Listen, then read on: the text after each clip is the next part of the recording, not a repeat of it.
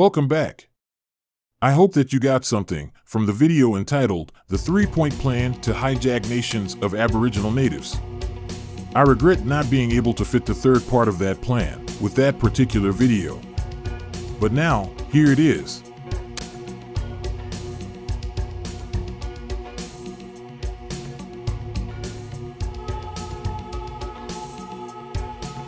If you can remember, in that video, I talked about the matrilineal marriage system that existed with the natives of the land and how the lineage of these tribes came down through the mother.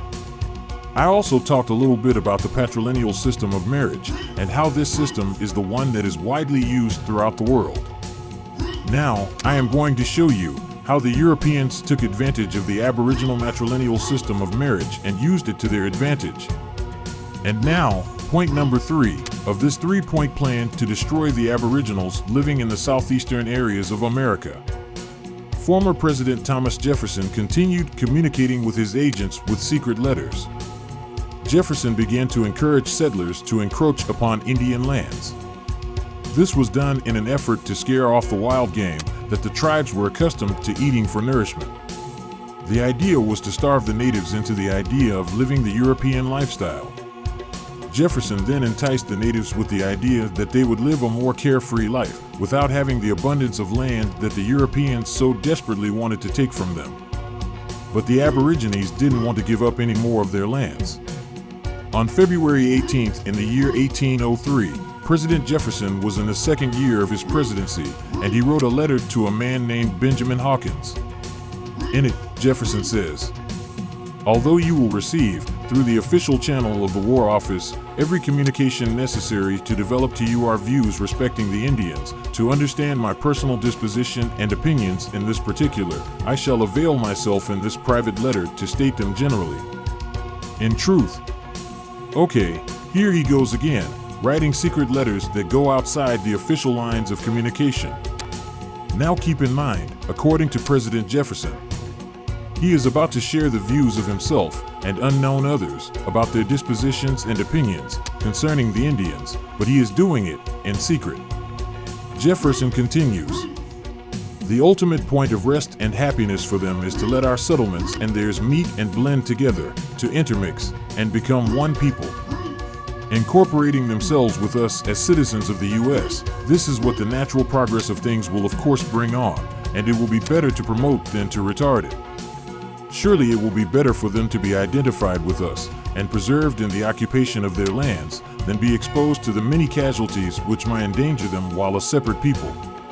On its face, it appears that the president has nothing but goodwill toward the natives, but the aftermath of his efforts after the fact indicates that there is an ulterior motive behind his words.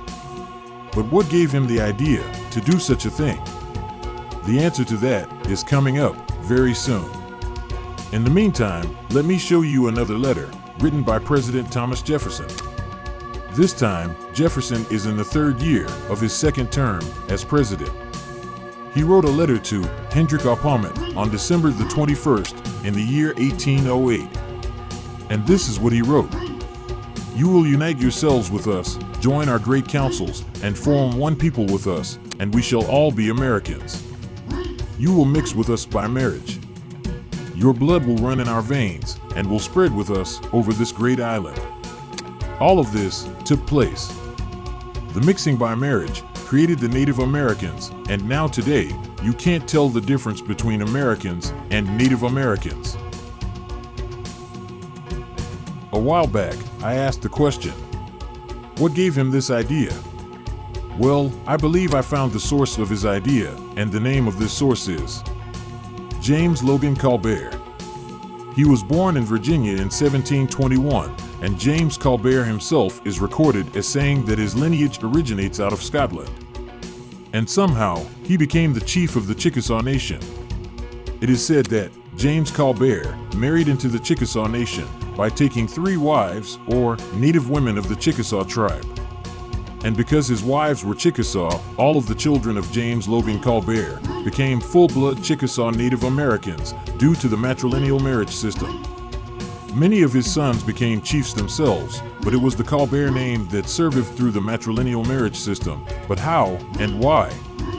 Perhaps it was the Colbert name that allowed the government of the United States to give all Native Americans a free education.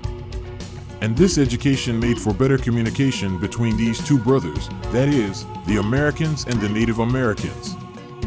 Well, on another note, Thomas Jefferson sent out many fur traders to intermix with many of the daughters of the chiefs and all of the Aboriginal tribes. I will go over all of that in more detail in upcoming videos. I will answer the questions as to what happened to the Aboriginal people who were genetically taken over by the children of the white men who married into all of the 5 tribes of the Aboriginal people. And I will show you what happened to the customs of the Aboriginal people after the children of the European Native Americans wanted and did enter into the slave trade. If you want to know the answers to these questions, subscribe to this Bang channel and click on the notification bell so you can be notified when I upload a new video. If you have a comment on any of the content on this channel, feel free. I will do my best to respond. Okay, this is it. This Bang content will end in 3, 2, 1.